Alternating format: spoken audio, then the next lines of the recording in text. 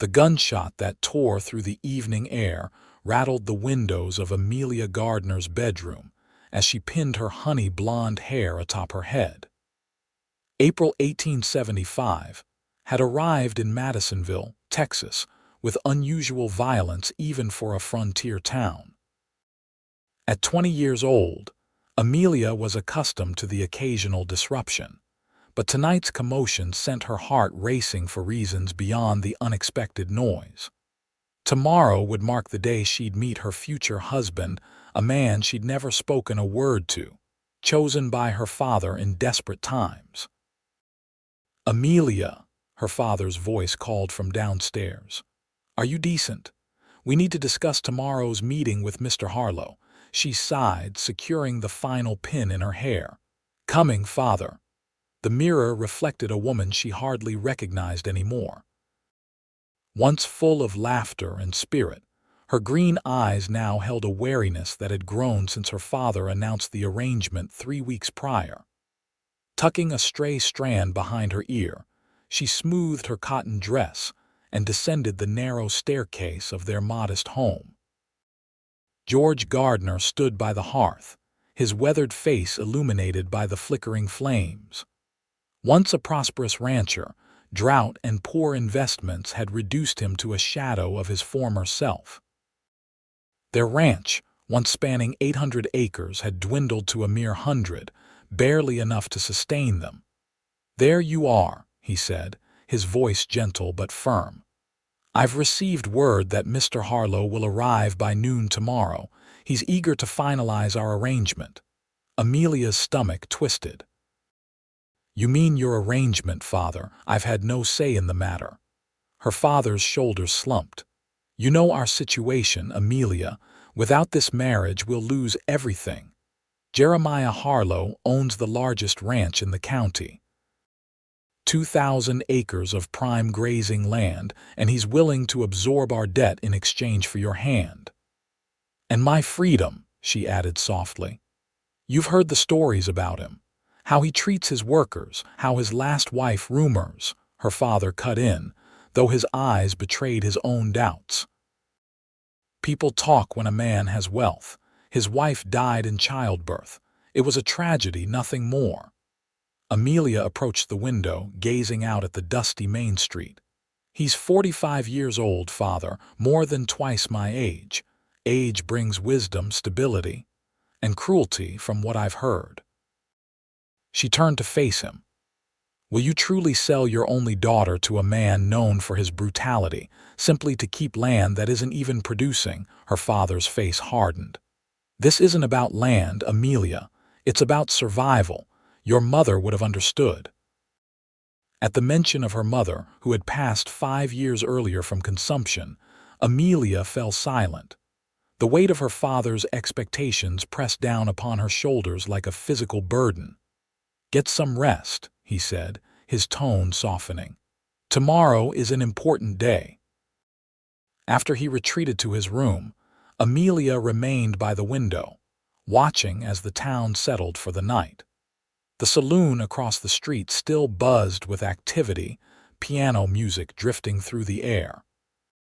Lamplight spilled from its windows, and shadows moved behind the curtains of the upstairs rooms where the working girls entertained their clients. A movement across the street caught her eye. A tall figure on horseback emerged from the shadows, the man's face obscured by a wide-brimmed hat. Something about his posture, the way he sat in the saddle, stirred a memory deep within her. The rider paused, seemingly looking directly at her window, before continuing down the street. Sleep eluded Amelia that night, her dreams filled with faceless men and endless prairies she couldn't cross. By morning, dark circles had formed beneath her eyes, which she attempted to conceal as she dressed in her finest gown, a pale blue cotton dress with lace trim that had once belonged to her mother. Her father had already departed for town to meet Mr. Harlow's stage coach, leaving her to prepare the house for their guest. She moved methodically, dusting surfaces that didn't need dusting, arranging wildflowers in the chipped vase on the dining table. The sound of approaching horses announced their arrival. Amelia's hands trembled as she smoothed her skirts one final time.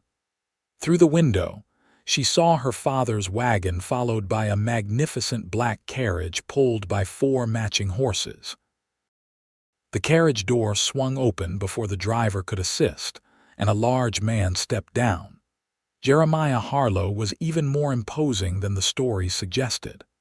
Standing well over 6 feet tall with broad shoulders and a thick chest, he dominated the space around him. His dark hair, streaked with silver at the temples, was slicked back, and a neatly trimmed beard framed a face marked by deep-set eyes and a prominent nose.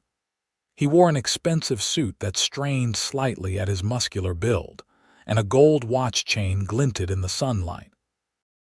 Amelia's father led him to the house, speaking animatedly while Harlow responded with occasional nods. As they approached, she could see the tight-lipped smile on the man's face, a smile that never reached his cold gray eyes. "Amelia," her father called as they entered, "come meet Mr. Harlow." She stepped forward, her posture rigid as years of etiquette lessons took over. "Mr. Harlow, it's a pleasure to make your acquaintance." His eyes swept over her with an appraising gaze that made her skin crawl. "Miss Gardner," he responded, his voice deep and controlled. "Your father's descriptions didn't do you justice." He took her hand, his grip firm as he brought it to his lips. The gesture, meant to be gentlemanly, felt possessive. "I've prepared some refreshments," she said, withdrawing her hand as politely as possible. Over tea and biscuits, Harlow spoke of his ranch, the Double H, with obvious pride. 20 years of blood and sweat have built it into the finest property in the county, he told them. "I started with nothing but determination and a willingness to do what others wouldn't." Something in his tone made Amelia wonder exactly what those things were. "And now I find myself needing a wife to complete my legacy," he continued, his gaze falling on Amelia. "A young, healthy wife to give me sons." Her father nodded enthusiastically. "Amelia comes from strong stock. Her mother bore her with no complications." They discussed her as though she were a prized mare, evaluating her breeding potential. Amelia sat in silence, her teacup providing something to focus on besides the anger building inside her. "I'd like a moment alone with your daughter," Harlow finally said, setting down his cup. Her father hesitated only briefly before nodding. "Of course. I'll check on the horses." He cast a warning glance at Amelia before leaving. The moment the door closed, Harlow's demeanor shifted subtly. He leaned forward, elbows on his knees, studying her with those cold eyes. "Let me be frank, Miss Gardner. I need a wife who understands her place. Someone who will run my household, warm my bed, and bear my children without complaint. In return, you'll have security, comfort, and status as Mrs. Harlow. Your father's debts will be forgiven and he'll be allowed to stay on his land until his passing." Amelia met his gaze steadily. "And if I refuse?" A smile stretched across his face, one that sent a chill down her spine. "Then your father loses everything. At his age, with his reputation for poor business decisions, no bank will extend him credit. He'll die penniless and broken." "Is that what you want?" She remained silent, trapped by his logic. "I thought not," he said, leaning back. "We'll be married within the month. I've already spoken with the Reverend." That evening, after Harlow had departed with promises to return in 3 days' time, Amelia sat on the porch swing, watching the sunset paint the Texas sky in brilliant oranges and reds. Her father had retreated to his study with a bottle of whiskey, celebration, and guilt warring within him. The sound of approaching hoofbeats drew her attention. A lone rider approached their property, silhouetted against the dying light. As he drew closer, recognition dawned, and Amelia's heart leaped into her throat. She stood as the horse came to a stop at their gate, its rider dismounting with the fluid grace of a man who'd spent his life in the saddle. He removed his hat, revealing sun-bronzed features and eyes blue as the summer sky. "Xavier Jameson," she breathed, scarcely believing her eyes. He offered a tentative smile, running a hand through his sandy brown hair. "Hello, Amelia." Xavier had been her childhood friend, her first dance, her first kiss behind the schoolhouse at 16. Before he'd left for the war, before her mother's death, before everything had changed. 4 years had passed since she'd last seen him, since he'd ridden away to seek his fortune farther west. "What are you doing here?" she asked, descending the porch steps. "I heard you were getting married." His voice carried no accusation, just a hint of question. Amelia glanced back at the house. "How did you hear?" "News travels. Small towns have long memories and quick tongues." He hooked his thumbs in his belt. "Is it true? You're marrying Jeremiah Harlow." The way he said the name told her Xavier knew exactly who Harlow was. "Father arranged it. We're in debt, and Harlow offered a solution." The words sounded hollow even to her own ears. Xavier's expression darkened. "Harlow's solution is always the same. He takes everything and leaves nothing but misery. He's not known for his kindness, Amelia, especially to his wives." "Wife," she corrected. "He's only been married once." Xavier shook his head slowly. "That's what he tells people." "I've been working cattle drives from Texas to Montana for 4 years. I've heard stories about Harlow from cowboys who knew him before he came here. His first wife disappeared under mysterious circumstances in Kansas. The second died of illness in Colorado." Amelia felt the blood drain from her face. "Are you certain?" "As certain as I can be without seeing the graves myself." She wrapped her arms around herself, suddenly cold despite the warm evening. "Even if that's true, what choice do I have? Father will lose everything." Xavier stepped closer, close enough that she could see the flecks of gray in his blue eyes. "Land can be replaced, Amelia. A life cannot. You don't understand. This isn't just about land. It's about my father's life, his legacy." "And what about your life, your legacy?" His voice softened. "I didn't come back just because I heard gossip. I came back for you."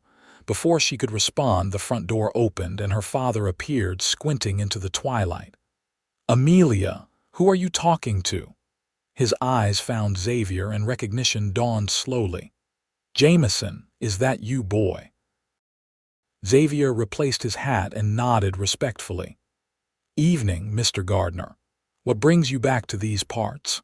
Her father's tone was cautious. "Business, sir, and checking on old friends." Her father's expression hardened. "Well, you've checked. Amelia, come inside. It's getting late." She hesitated, looking between the two men. "We'll catch up properly soon," Xavier promised her quietly. "Think about what I said." As he mounted his horse and rode away, Amelia felt something awaken inside her, something she'd thought long buried. Hope. The following morning, Amelia slipped out before dawn, leaving a note explaining she'd gone to gather wildflowers for the house. Instead, she directed her steps toward the small creek where she and Xavier used to meet as teenagers. Sure enough, he was there, sitting on the same fallen log where they'd shared their first kiss. He stood when he saw her, his face lighting up with a smile that made her heart flutter. "You came," he said simply. "I shouldn't be here," she replied, even as she moved closer. "Yet here you are." He reached out, hesitating before taking her hand. "I've thought about you every day for 4 years, Amelia." "Then why didn't you write? Not one letter in 4 years, Xavier." Pain flashed across his face. "I did write. Dozens of letters. I never received replies, so eventually I stopped." Confusion furrowed her brow. "I never received any letters." They stared at each other as understanding dawned. Someone had intercepted their correspondence, likely her father, who had never approved of the penniless ranch hand courting his daughter. "It doesn't matter now," Xavier said, squeezing her hand. What matters is that I'm back, and I didn't return empty-handed. He led her to his saddlebags, removing a folded document. I've purchased land, Amelia. 500 acres near the Colorado River. Good grazing land with year-round water. It's not the biggest spread, but it's mine, free and clear. She took the deed, her fingers tracing over his name written in official ink. You did it. You actually did it. I made a promise before I left, remember, that I'd come back when I could offer you a proper life. His eyes held hers. I'm not Harlow. I can't offer mansions or fine carriages, but I can offer you a home built with love, a partnership based on respect. Amelia's eyes filled with tears. You don't understand the position I'm in. Then help me understand. He guided her to sit on the log beside him. Tell me everything. For the next hour, she explained her father's financial troubles, the drought that had decimated their cattle, the loans he'd taken out at exorbitant interest.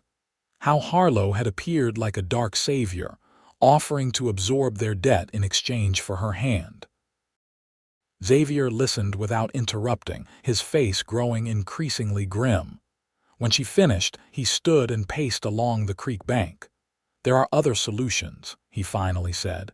Your father's pride is standing in the way of seeing them. What solutions? The bank won't extend more credit. Not the bank, me. He turned to face her. My land is good, Amelia. I've saved every penny I earned on those cattle drives. I can help your father rebuild, start fresh. She shook her head sadly. He would never accept charity, especially from you. Then we don't call it charity. We call it investment. His eyes lit up as the idea formed. I invest in what remains of your father's herd. We combine resources, become partners. He's already committed to Harlow. Only because he thinks there's no alternative. Xavier knelt before her, taking both her hands in his. Choose love over land, Amelia. The land will still be there, but a life with the wrong person will destroy you from the inside out. His words resonated deep within her, striking a chord of truth she couldn't deny. But fear still gripped her heart. Harlow isn't a man who accepts rejection, she whispered. He made that very clear. No man is invincible, not even Jeremiah Harlow. Xavier's jaw set with determination. Give me a chance to present my proposal to your father. If he still chooses Harlow afterward, I'll respect that decision. The idea seemed impossible, yet Xavier's confidence gave her courage. Tomorrow morning, she decided. Come to the house for breakfast. I'll make sure father is receptive. Their eyes held for a long moment. Then, with a gentleness that contrasted sharply with Harlow's calculated touch, Xavier brushed his thumb across her cheek. I never stopped loving you, Amelia Gardner. I never stopped loving you either, she admitted, the truth of it washing through her like a cleansing rain. The next morning, Amelia woke early to prepare a breakfast feast that would put her father in a favorable mood. Fresh biscuits, eggs, bacon, and coffee filled the kitchen with inviting aromas by the time he descended the stairs, his eyebrows rising in surprise. What's the occasion? He asked, pouring himself coffee. I've invited a guest for breakfast, she replied, carefully arranging the food on their best dishes. An old friend with a business proposition I think you should hear. Her father's expression turned suspicious. What friend? What business? Before she could answer, a knock at the door announced Xavier's arrival. He'd cleaned up considerably, wearing a pressed shirt and his best trousers. His hat was in his hands, his hair neatly combed. Mr. Gardner, he greeted, his voice respectful but confident. Thank you for having me this morning. George Gardner's face hardened. Amelia didn't mention it was you she'd invited. Please, father, Amelia interjected. Just listen to what he has to say for me. With visible reluctance, her father gestured toward the table. Say your piece then. Over the meal, Xavier laid out his proposal with the clarity of a man who had rehearsed his words carefully. He explained about his land, his savings, and his idea to partner with Gardner rather than see the ranch lost to Harlow. "I'm offering fair market value for a partnership stake," Xavier concluded. "Your experience combined with my capital could rebuild what's been lost, and you wouldn't have to sacrifice your daughter in the process." George Gardner had listened without comment, his expression unreadable. Now he set down his coffee cup with deliberate care. "You've grown up, Jameson, I'll give you that." He leaned back in his chair. "But you're missing a crucial point. My agreement with Harlow isn't just a business arrangement, it's a matter of honor now. We shook hands. The Reverend's been notified." "A handshake isn't a marriage, sir," Xavier countered. "And I believe a father's highest honor is ensuring his daughter's happiness." A muscle twitched in George's jaw. "You think my daughter can't be happy with wealth and security? Harlow can provide for her in ways you never could." "Material comfort isn't happiness, Father," Amelia spoke up, her voice stronger than she expected. "And I believe you know what kind of man Jeremiah Harlow truly is." Her father's eyes darted to her face, then away. "Rumors and gossip. Then explain this." Xavier reached into his pocket, removing a folded newspaper clipping. From the Colorado Springs Gazette, 1871. Reporting on the suspicious death of Elizabeth Harlow, second wife of rancher Jeremiah Harlow. The local doctor noted bruising inconsistent with the reported illness. George Gardner took the yellowed paper with trembling fingers. His face paled as he read. "Where did you get this?" he asked hoarsely. "I have friends who have been tracking Harlow for years. He's left a trail of destruction across 3 states, always staying just ahead of consequences." Xavier leaned forward. "Is this the man you want responsible for your daughter's well-being?" The silence that followed seemed to stretch into eternity. Finally, George pushed away from the table, walking to the window. "Even if I wanted to break the agreement, it's not that simple." He turned to face them. "Harlow holds the notes on my debt. If I refuse him now, he'll call them due immediately." Xavier nodded. "I anticipated that. That's why I stopped at the bank in Austin last week." He produced another document. "I've arranged to purchase your debt outright, Mr. Gardner. Whether you accept my partnership offer or not, you're no longer beholden to Harlow." Amelia gasped, staring at Xavier in disbelief. He'd spent his savings, the money meant for their future, to free her father from Harlow's grasp. George Gardner's hand shook as he took the document, his eyes scanning the official bank seal. "Why would you do this? After how I treated you, discouraged you from courting my daughter, intercepted your letters." Xavier's eyes found Amelia's, a smile touching his lips. "Because some things are worth any price." Her father sank back into his chair, suddenly looking every one of his 63 years. "I was trying to protect her," he said quietly, "from a hard life, from struggle." "I know, sir," Xavier replied. "But Amelia doesn't need protection from life's challenges. She needs the freedom to face them with someone who truly cares for her." George looked at his daughter, really looked at her perhaps for the first time in years. "Is this what you want, Amelia? Not the wealth or security, but this man?" She reached across the table, taking Xavier's hand. "Yes, Father, it's all I've ever wanted." Her father nodded slowly, a weight seeming to lift from his shoulders. "Then I have amends to make to both of you." He stood, retrieving a wooden box from the sideboard drawer. "These belong to you, daughter." Inside were dozens of letters, their envelopes worn from handling but never opened. Xavier's letters, saved by her father despite his disapproval. "I never had the heart to destroy them," George admitted. "Perhaps I always knew this day would come." The tender moment was shattered by the sound of approaching horses. Through the window, they saw Jeremiah Harlow's black carriage pulling up, a day earlier than expected. "He can't find you here," George told Xavier urgently. "Not yet. We need time to handle this properly." Xavier nodded, already moving toward the back door. "I'll be at the creek. Come find me when it's safe." He squeezed Amelia's hand one last time before disappearing. Seconds later, Harlow's heavy footsteps sounded on the porch. George opened the door before he could knock. "Harlow," he greeted, his voice carefully neutral. "We weren't expecting you until tomorrow." The larger man pushed past him into the house, his eyes immediately finding Amelia. "I decided I couldn't wait another day to see my bride-to-be." His smile didn't reach his eyes. "I hope I'm not interrupting breakfast." "We were just finishing," Amelia said, gathering the plates with hands she fought to keep steady. Harlow sniffed the air. "3 settings. Were you expecting company?"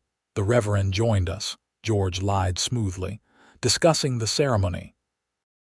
Harlow seemed to accept this, though his eyes lingered on the table a moment longer. "Good. I've brought the marriage contract for you to review. I'd like to move the wedding forward. Next Sunday, in fact." "That's only 4 days away," Amelia protested. "I see no reason to delay." Harlow's tone brooked no argument.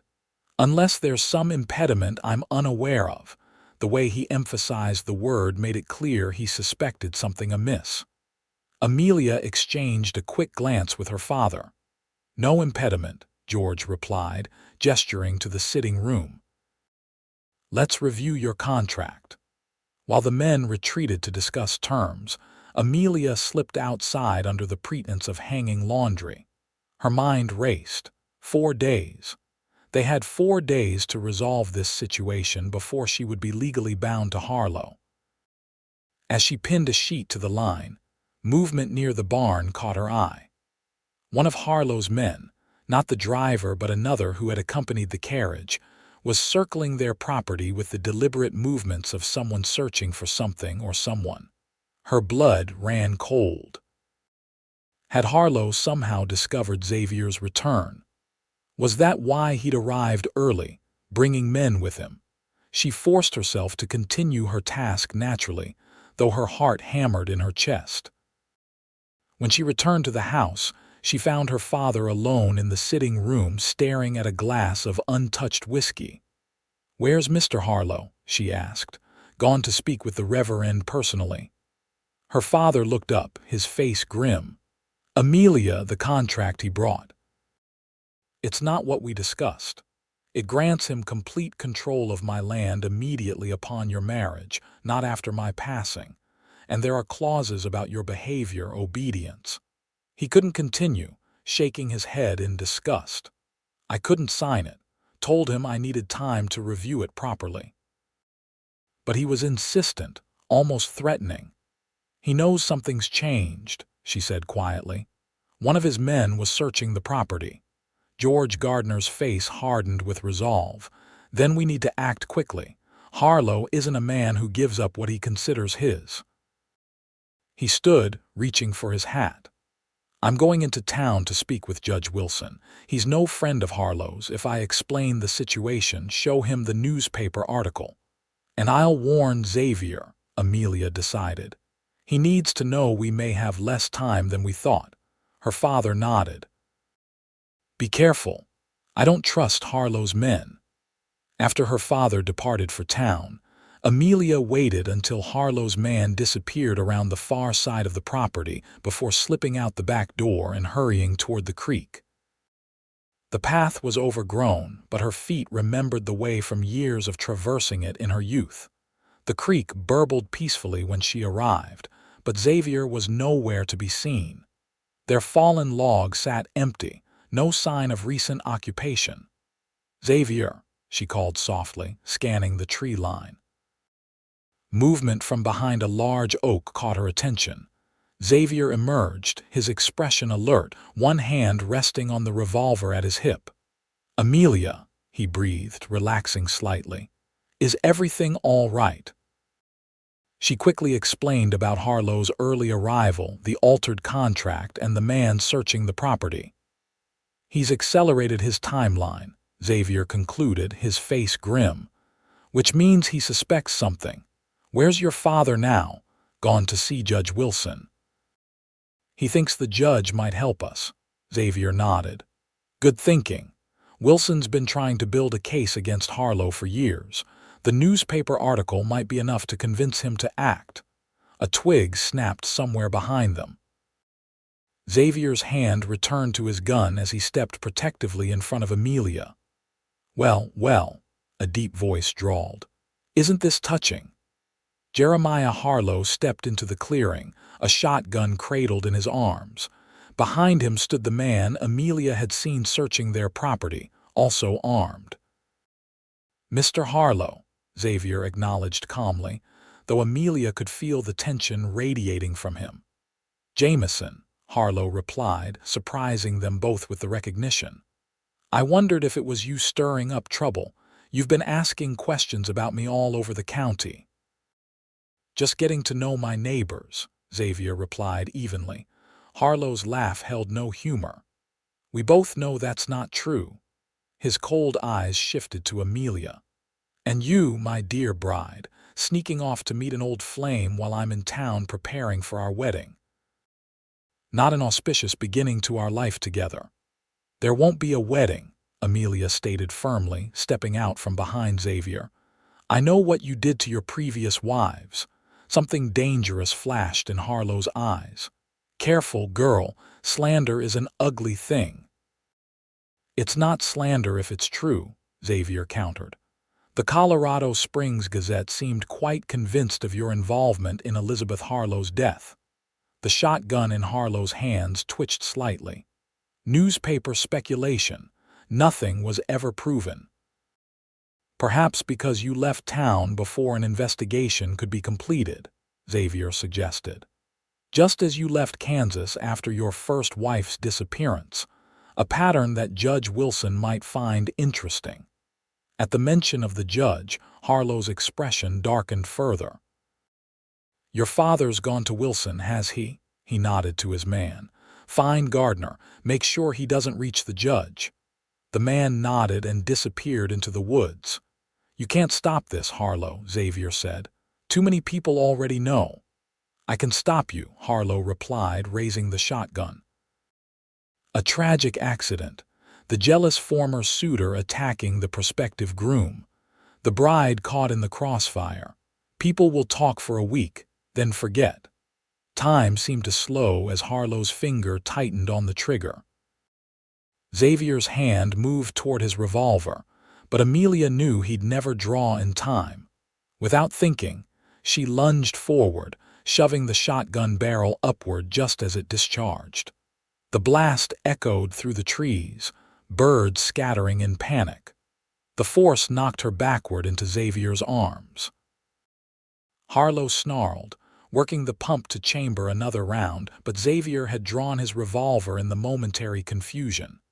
His aim was steady, pointed directly at Harlow's chest. Drop it, Xavier commanded, his voice like steel. For a long moment, no one moved.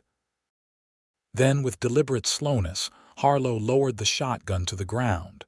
You won't shoot an unarmed man, he said, straightening. Not with your reputation as an honorable cowboy.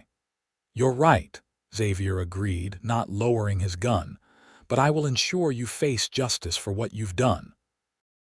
The sound of approaching horses interrupted the standoff. To Amelia's immense relief, her father appeared through the trees, accompanied by Judge Wilson and 2 deputies. Harlow, the judge called, stay where you are. Harlow's eyes darted between the newcomers and Xavier, calculating his odds. Whatever he saw must have dissuaded him, for he raised his hand slowly. This is a private matter, Wilson, he called back. A misunderstanding between gentlemen over a lady's affections. A misunderstanding that involved a shotgun. The judge dismounted, approaching cautiously. I think not. And based on the evidence George Gardner has shown me, along with telegrams I've received from Colorado and Kansas, this is far from the first misunderstanding you've been involved in. The color drained from Harlow's face. You have no proof of anything. Perhaps not enough for a hanging, the judge conceded, but enough to hold you while we investigate further. He nodded to the deputies. Take him into custody. As the deputies moved to arrest Harlow, his hand suddenly dipped to his boot, emerging with a small derringer. Before anyone could react, he aimed at Xavier and fired. The shot went wide, embedding itself in a tree as Xavier tackled Amelia to the ground for protection. In the next instant, multiple guns fired. When the smoke cleared, Jeremiah Harlow lay motionless on the forest floor, blood staining his expensive suit. Judge Wilson knelt beside him, checking for signs of life before shaking his head. He chose his end, he said simply, standing. The aftermath of that day unfolded with the swiftness of a prairie thunderstorm. Harlow's man, intercepted on his way to stop George Gardner, confessed to knowledge of his employer's past crimes in exchange for leniency. Telegrams to Colorado and Kansas confirmed Xavier's allegations about Harlow's previous wives, revealing a pattern of violence and intimidation that had followed him across state lines. With Harlow's death, the notes on George Gardner's debt reverted to his estate, which had no immediate claimant. Judge Wilson, exercising judicial discretion, declared the debt satisfied through services rendered to the community, effectively freeing the Gardners from financial burden. 2 weeks later, as May brought wildflowers to the Texas countryside, Amelia stood on the porch of her family home in a simple white dress, wildflowers woven through her hair. Xavier waited for her under an arch of woven branches, his eyes never leaving her as she walked toward him on her father's arm.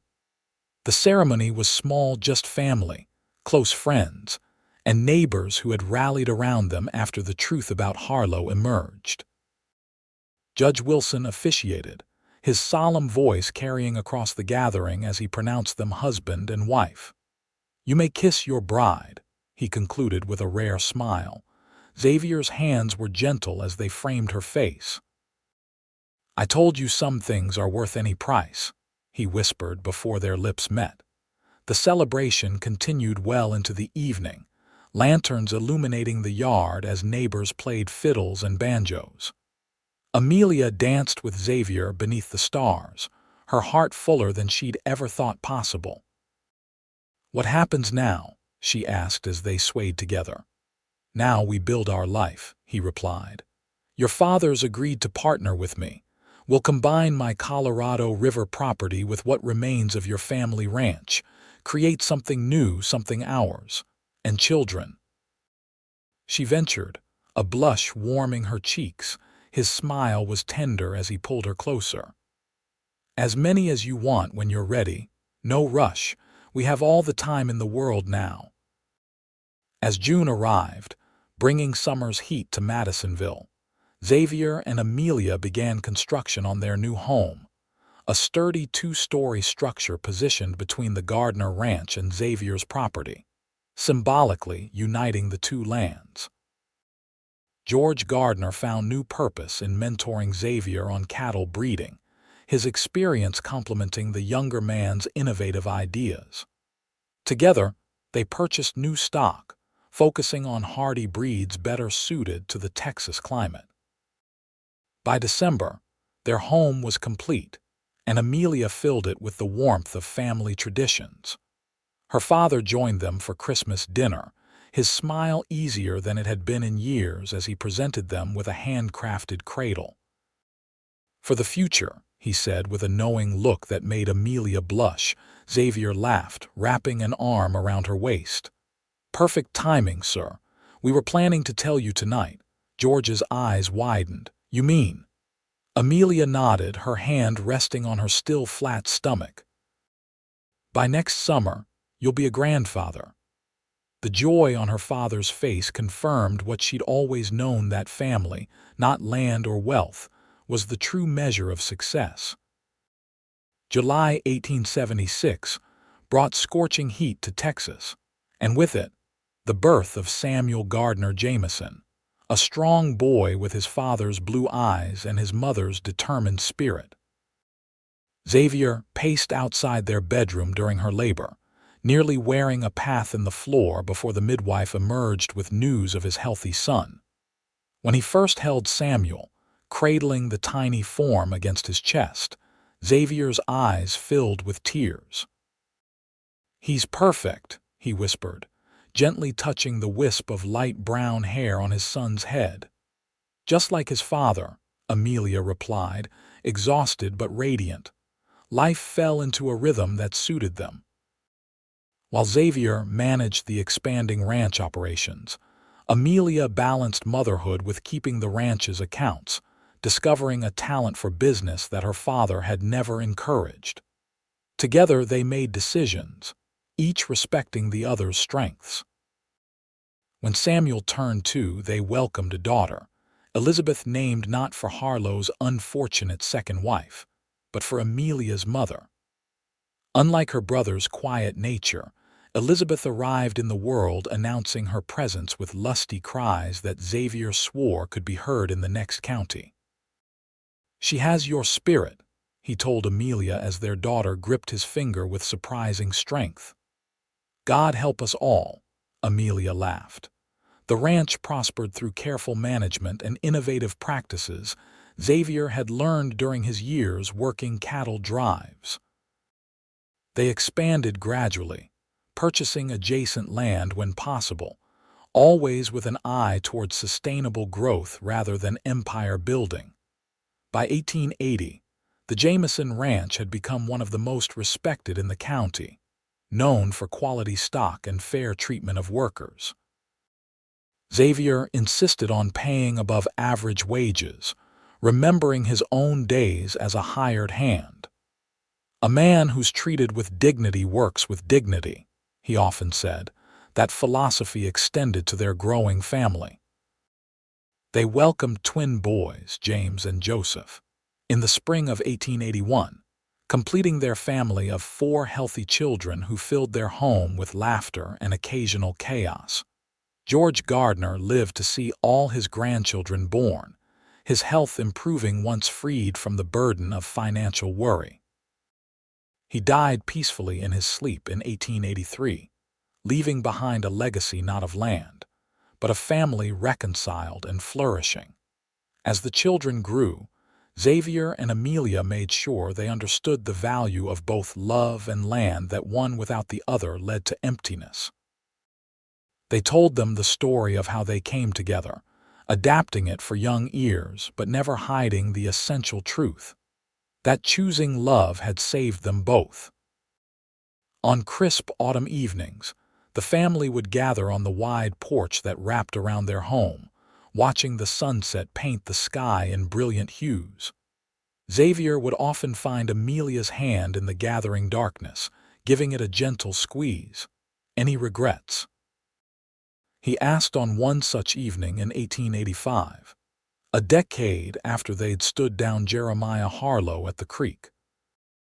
Amelia looked at their children, Samuel practicing his roping skills on a wooden post, Elizabeth carefully braiding her doll's hair, the twins racing each other around the yard before returning her gaze to Xavier's face. Still handsome, despite the lines that years of sun and laughter had etched around his eyes. "Not one," she replied, leaning against his shoulder. "You were right, you know. Land can be replaced, but this life we've built together is irreplaceable." He pressed a kiss to her temple. "Best decision I ever made was coming back to Madisonville." "Best decision I ever made was choosing love over land," she countered, smiling.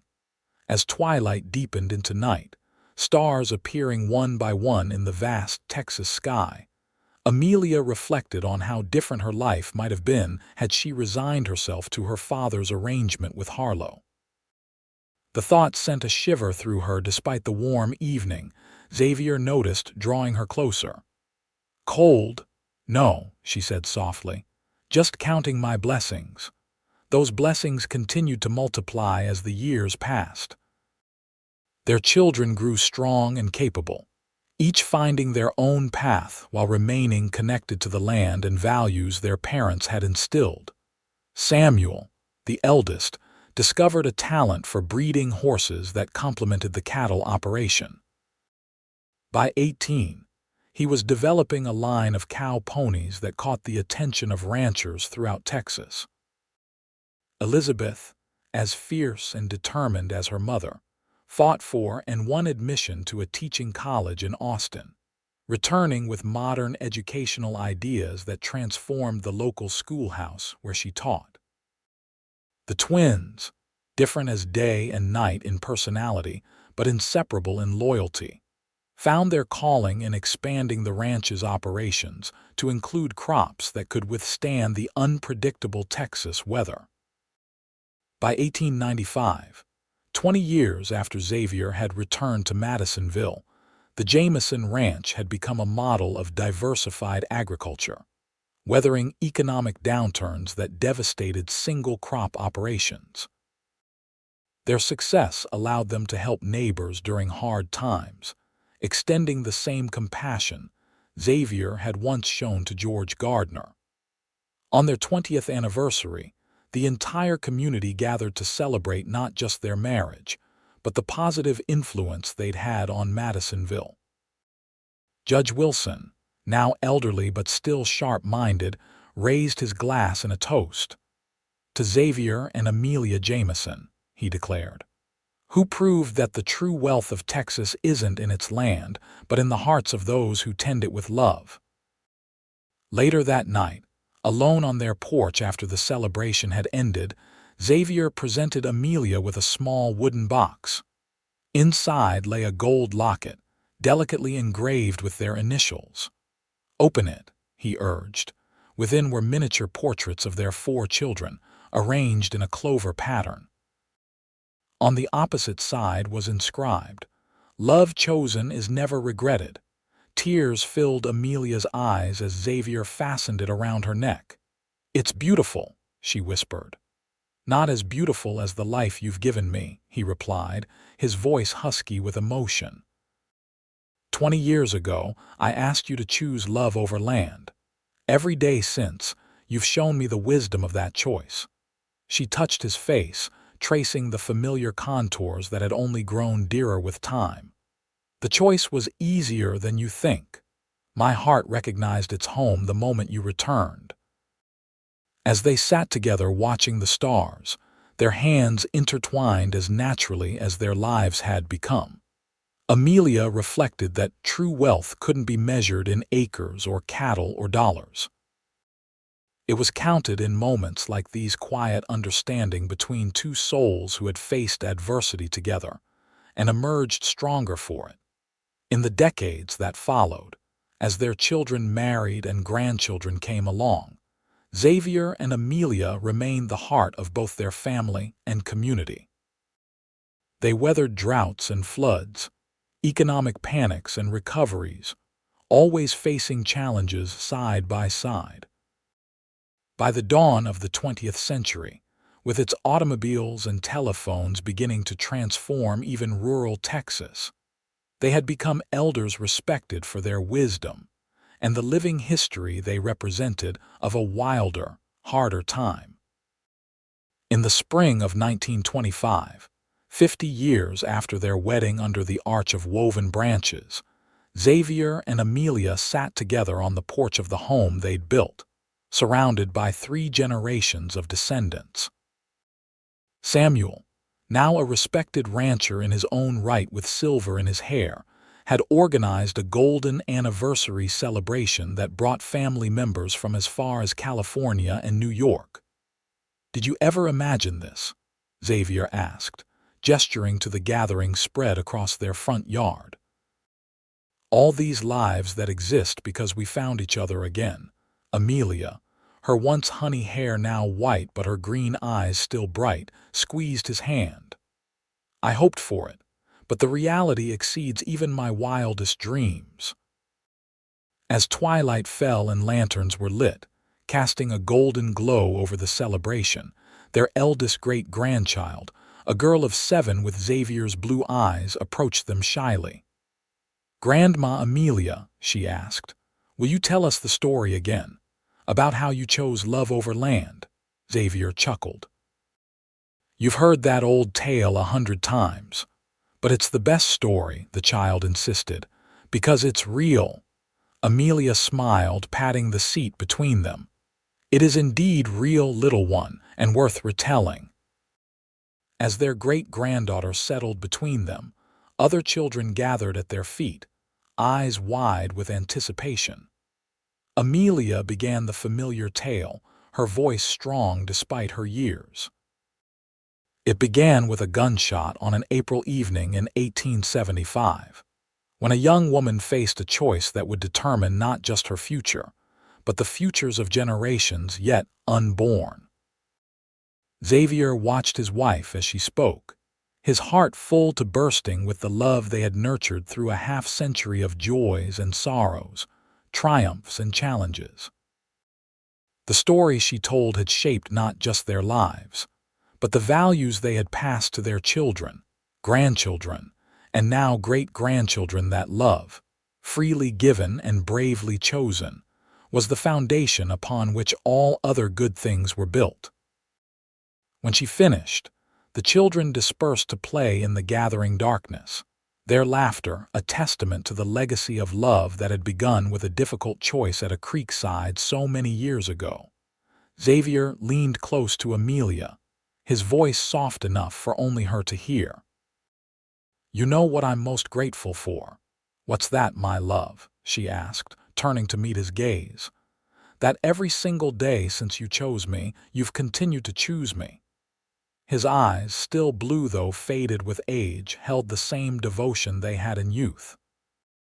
"Each morning, each challenge, each triumph you choose our love again and again." "As do you," she replied, touching the locket she still wore, now accompanied by a strand of pearls their children had given her on her 70th birthday. "That's the secret, isn't it? Not just one choice, but thousands of choices, day after day, to nurture what we've built together." As night fell completely over the Texas ranch that had grown from their combined dreams, Xavier and Amelia remained on the porch long after others had gone inside.